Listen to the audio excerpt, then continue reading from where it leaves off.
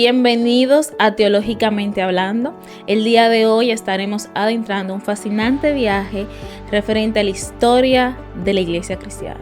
Estaremos hablando específicamente de la Edad Media y veremos el antes y después que ha marcado la Edad Media en la historia. Giancarlos, ¿qué tenemos para hoy?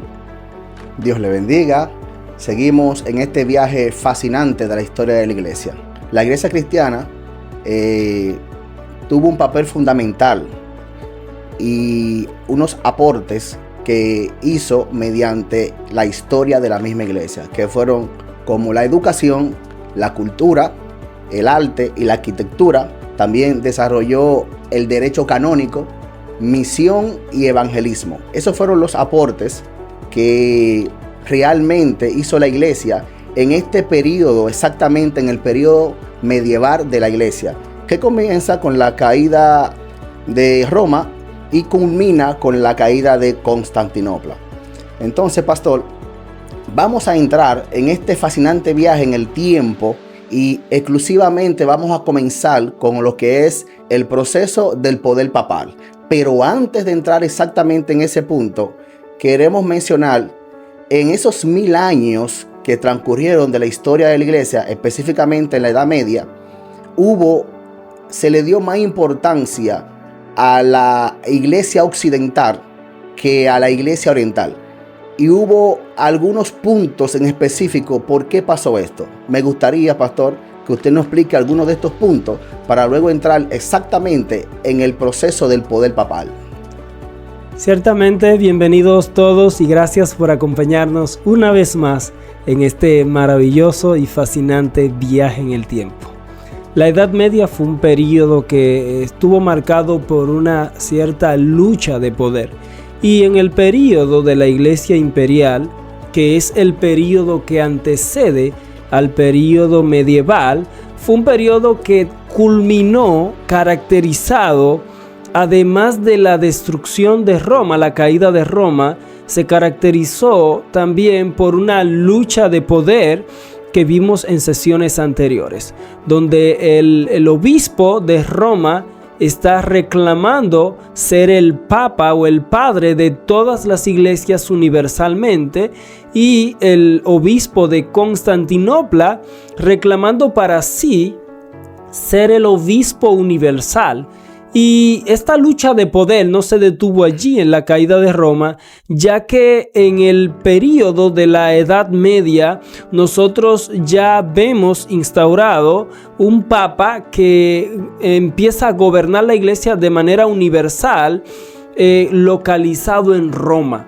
Sin embargo, esto se dio porque la iglesia en Roma se caracterizaba por ser una iglesia que ayudaba mucho a los necesitados, a los huérfanos, a las viudas, a los más pobres y desprovistos, y entonces eso hizo que contara con el favor del pueblo para llevar ese poder centralizado que ellos lograron conseguir. Sin embargo, eso no se detiene allí, porque luego entonces nosotros vemos a España, a Francia, reclamando a Italia tener el Papa allá como eje central de poder universal sobre toda la iglesia. Ahí le iba a decir eso mismo, que ya no solo es un poder universal sobre la iglesia como tal, sino también que quiere ejercer un poder a nivel general sobre los imperios y los emperadores.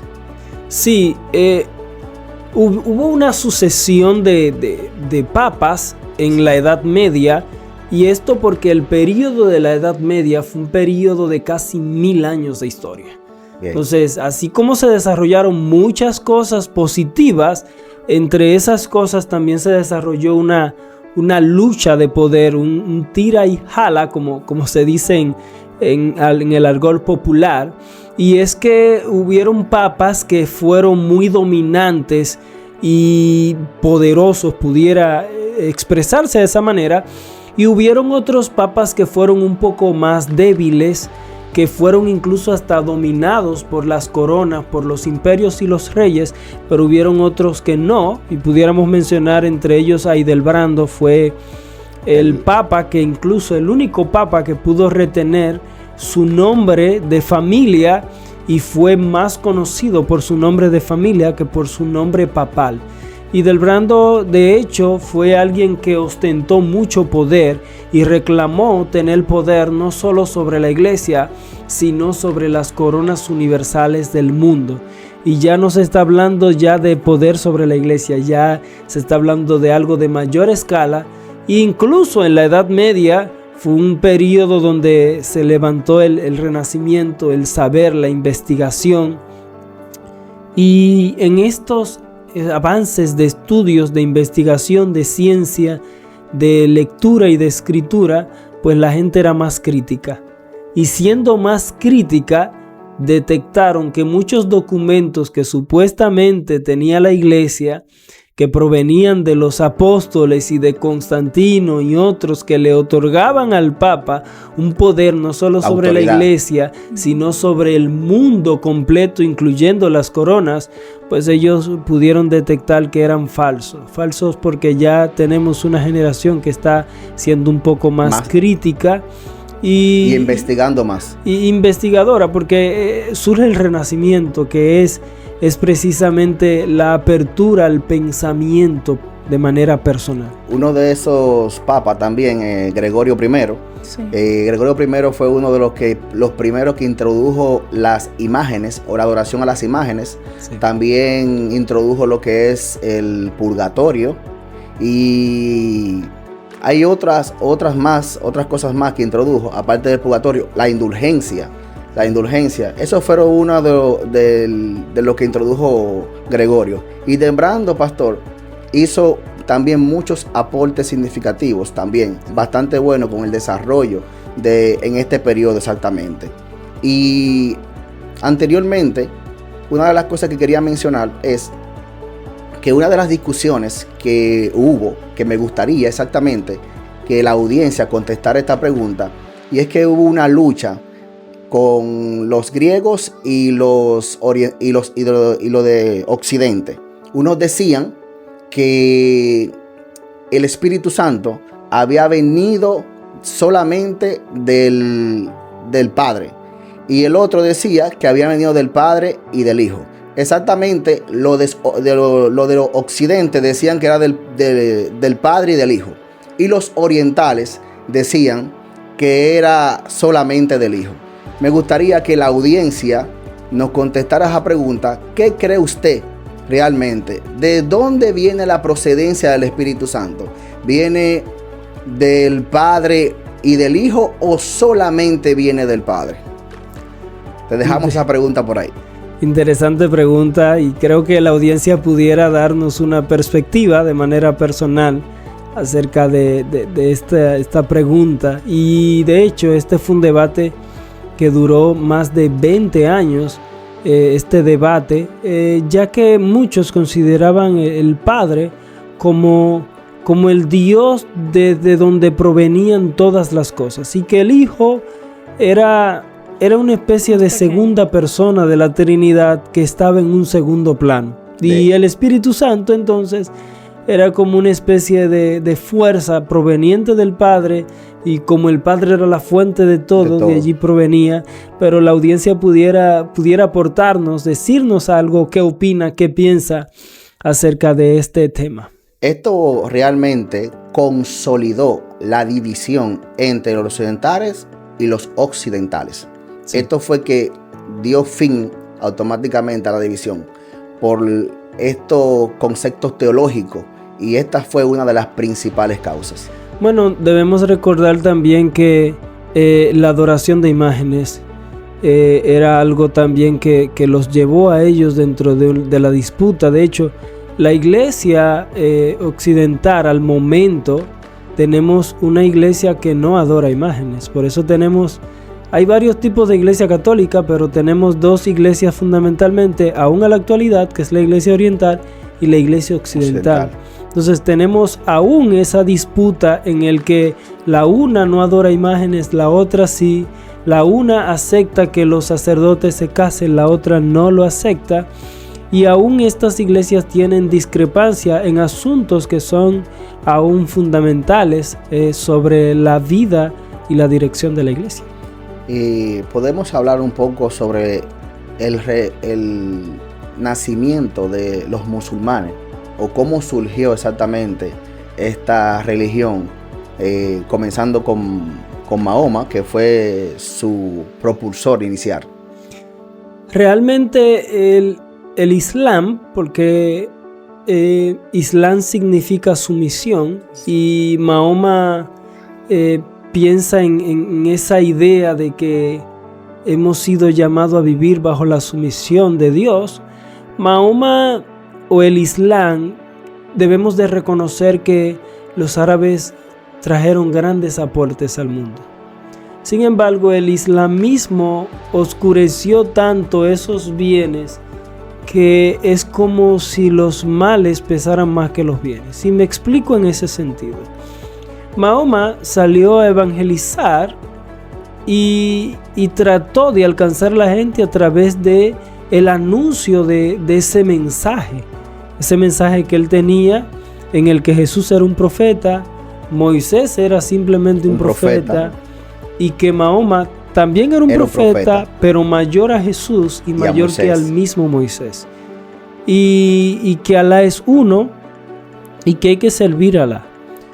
Todo estaba bien en cierto aspecto social y ético, pero de repente él consiguió un grupo de adeptos, de seguidores, a los cuales él los instó a conquistar a todo el mundo a través del islamismo y a través de la espada.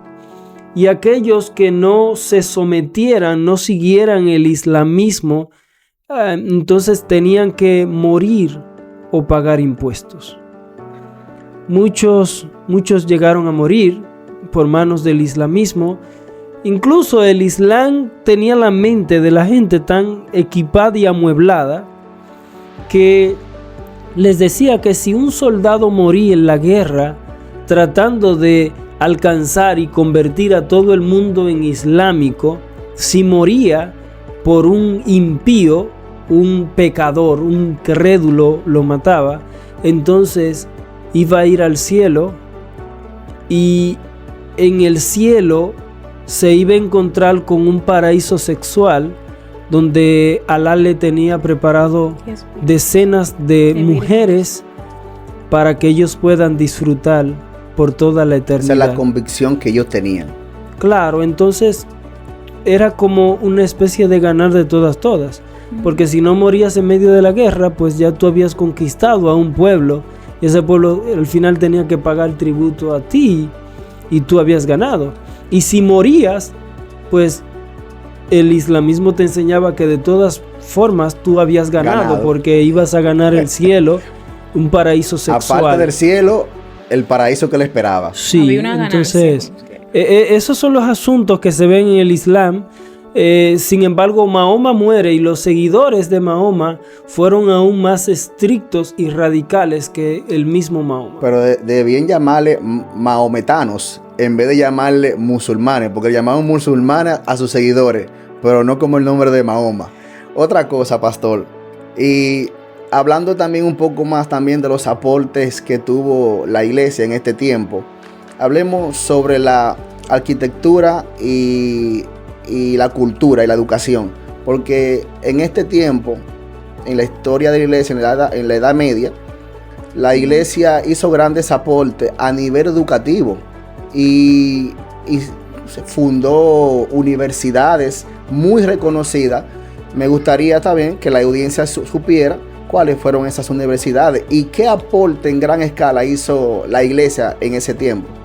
Sí, tengo que reconocer que la iglesia ha sido muy atacada, en el sentido de que muchos han intentado postular que la iglesia solo ha desfavorecido al mundo, que la iglesia le hace una especie de lavado de cerebro a la gente, que la iglesia no aporta nada. Sin embargo, aún la sociedad de nuestros días, y pienso que por siglos venideros, la sociedad tendrá una deuda con la iglesia, porque las primeras universidades del mundo fueron fundadas precisamente en el período de la Edad Media, y fue la Iglesia Católica quien fundó esas universidades. Claro que debemos de comprender que estas universidades no estaban al acceso de todos, porque es por primera vez que se están instaurando estas universidades. Sin embargo, ¿quiénes eran los que dirigían esas universidades y enseñaban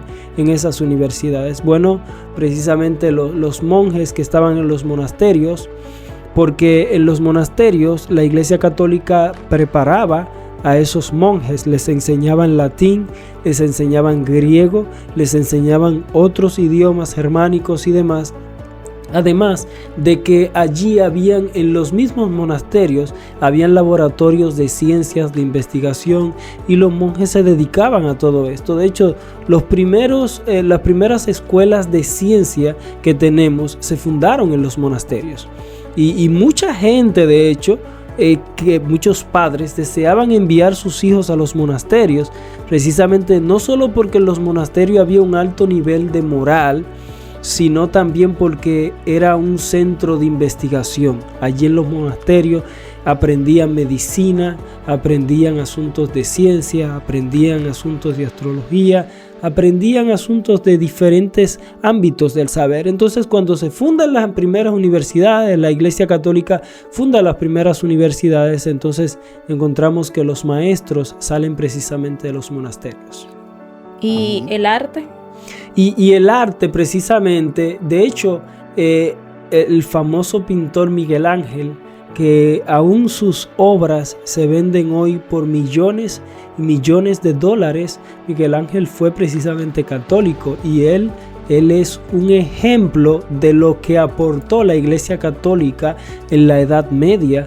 Y no solo esto, sino que muchas de las capillas que tenemos pintadas en Roma fueron pintadas por monjes y artistas pintores que estuvieron ahí en esa época, que estuvieron presentes en esa época, fueron parte de la Iglesia Católica, y hoy nosotros esas pinturas la aclamamos como únicas, singulares en el mundo, como una extraordinaria obra de arte. Sin embargo, todas esas personas surgen precisamente de la Iglesia Católica, que es quien empuja todo este arte y el saber. El Renacimiento, de hecho, llega precisamente porque sale de la Iglesia Católica, y la Iglesia Católica es quien empuja todo esto. Las primeras bibliotecas públicas que se establecieron fue la Iglesia Católica. Los monasterios tenían ¿Usted tiene algunos universidades. Algunos nombres de las iglesias? De las universidades. Tenemos, por ejemplo, la Universidad Principal de Erfurt fue fundada por la Iglesia Católica. La Universidad la primera universidad germánica del este fue fundada también por la Iglesia Católica, y tenemos la Universidad de Westminster, también fundada por la Iglesia Católica. Y posteriormente, luego de la Reforma, nosotros tenemos los Estados Unidos. Las primeras universidades fueron fundadas por personas post-reformadores. Tenemos, por ejemplo, la Universidad de Harvard, que es reconocida como una de las mejores universidades del mundo, y fueron fundadas por los post-reformadores también. Tenemos la Universidad Principal de Princeton, también fundada por gentes post-reformadores. Los primeros hospitales en los Estados Unidos también fundados por post-reformadores. O sea que la iglesia a lo largo de la historia ha contribuido en el desarrollo científico y del arte, de la educación y del saber en el mundo, en la humanidad. Y que no solamente influyó en la espiritualidad, sino que en todos los ámbitos, para que pudiera haber un excelente crecimiento. Amén. Sí. Un papa que se menciona mucho es Inocencio III.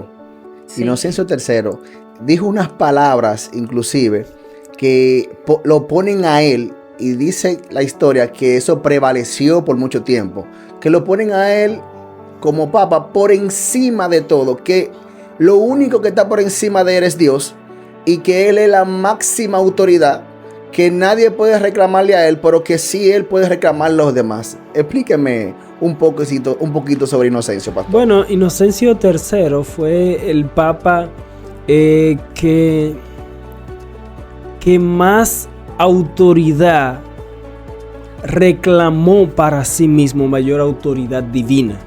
Ok.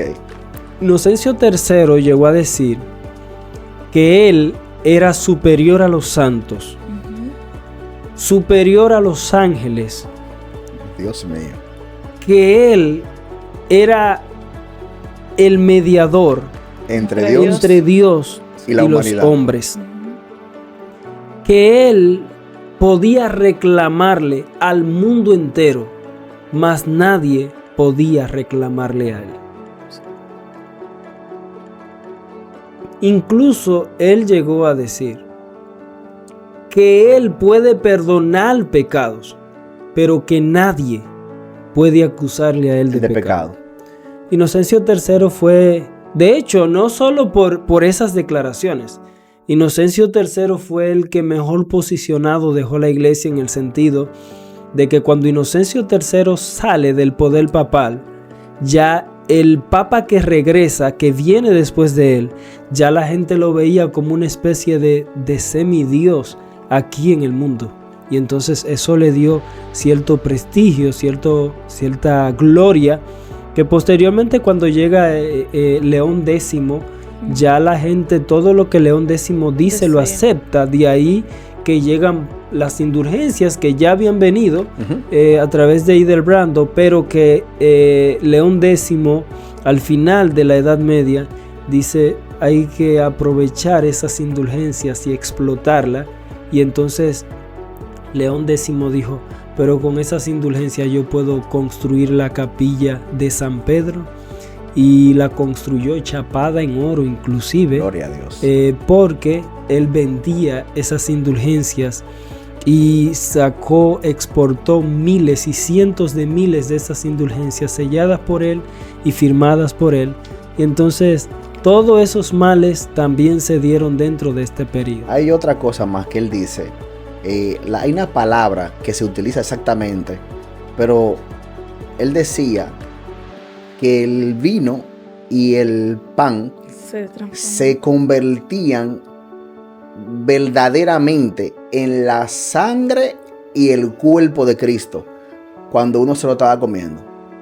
Sí, ahí tenemos a Inocencio hablando acerca de la transubstanciación. Exactamente. Que la iglesia, decía que la iglesia tenía el poder de que cuando los elementos de la Santa Cena, de la comunión, de la Eucaristía, se servían, cuando se servía la hostia y llegaba a la boca de la persona, del receptor, la iglesia, a través de la iglesia, Dios hacía que eso se convirtiera literalmente en un pedazo del cuerpo de Cristo, cuerpo de la carne de Cristo. Y que cuando la persona tomaba del vino de una manera sobrenatural, Dios hacía que se convirtiera literalmente en la sangre de Jesús. Claro que todas estas cosas le dieron cierto prestigio a la iglesia, porque convirtió la iglesia en un ente sobrenatural que solamente tú podías alcanzar todos esos beneficios solo a través de la iglesia. Nada y más. Esto se convirtió en un gran problema, un monopolio, porque el mismo purgatorio, también Inocencio III, tenemos con que ese purgatorio, la iglesia no solo dice que existe un purgatorio, a donde las personas que no pecan tanto, como sus pecados no son tan graves como para ir al infierno, pero entonces van al purgatorio. Ok.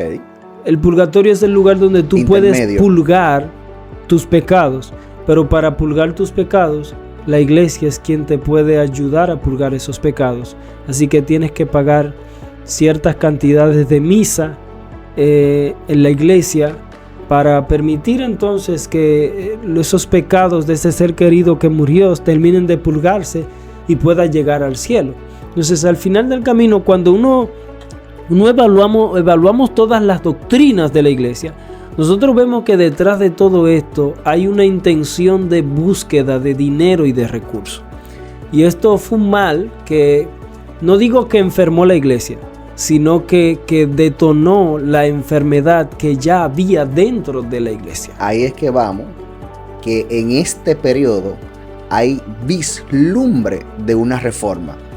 Hable un poquito de eso, de esos pequeños vislumbres que hay en este periodo, porque vemos más adelante ya que viene la reforma protestante, pero ahí hubo unos vislumbres cortos de eso.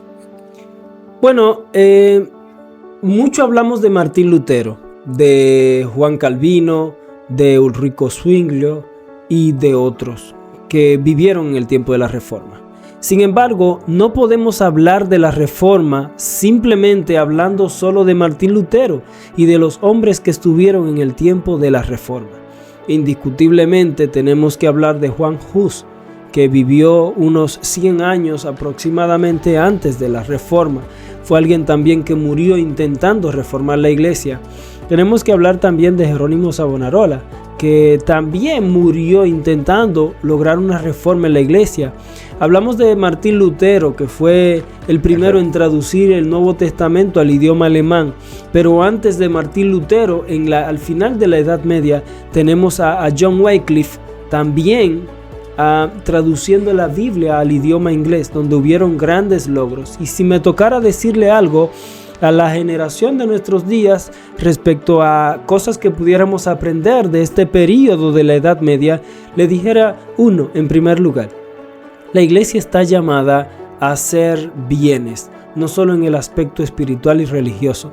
Debemos impactar la sociedad positivamente en todos los ámbitos y áreas que podamos. Amén. Porque nosotros estamos en medio de esta sociedad y lo que pasa en esta sociedad, positiva o negativamente, nos impacta a nosotros. En segundo lugar, debemos de ser ejemplo, no solo en nuestra vida espiritual, sino también en toda nuestra vida de manera general, porque estamos llamados a vivir nuestra vida para la gloria de Dios. Así que lo que hagámoslo con excelencia. En tercer lugar, no vivamos la vida cristiana, y si algún líder me está escuchando, simplemente por adquirir recursos y acumular recursos. Muchas veces vemos cierto liderazgo en medio de las redes y en diferentes ámbitos donde nosotros vemos como que el dinero pesa más que el valor de las almas que están allí dentro de la iglesia, y muchas veces se ven como una especie de número las personas que están allí sentadas. En cuarto lugar, es importante también que sin importar que tú seas pobre, seas rico, Dios puede hacer algo a través de tu vida y te puede levantar como un ente de impacto dentro de tu propia generación. Pastor, para concluir, que el tiempo se nos ha agotado, como este periodo termina con la caída de Constantinopla, 1453, cuéntenos ahí, ¿qué pasó? Bueno, la caída de Constantinopla fue realmente lo que marca el final del período de la Edad Media. Constantinopla era una ciudad que estaba en un lugar alto, en una península, era prácticamente impenetrable, pero de repente los germánicos y los musulmanes aprovecharon de alguna forma que Constantinopla ya se había debilitado como nación militar, aunque se había fortalecido de manera religiosa, y entonces atacaron Constantinopla. Constantinopla cae, y a partir de allí entonces se toma este gran evento, porque fue muy trascendental para marcar el final de la Edad Media. Bueno, se nos ha acabado el tiempo en el día de hoy. Comenta, comparte este contenido. Nosotros somos Teológicamente Hablando. Dios te bendiga.